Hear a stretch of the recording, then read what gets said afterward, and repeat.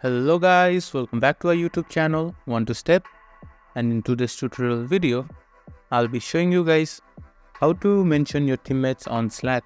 So let's get started.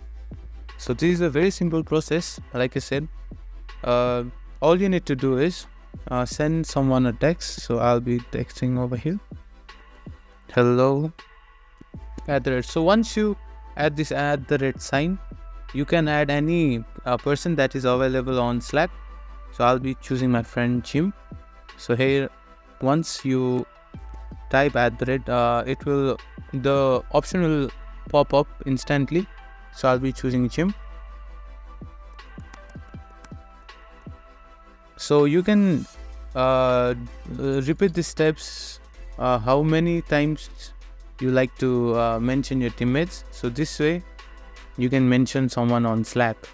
I hope you guys liked today's tutorial video. If so, make sure to like and subscribe to our YouTube channel, and don't forget to press the bell icon. See you guys in the next video. Until then, peace.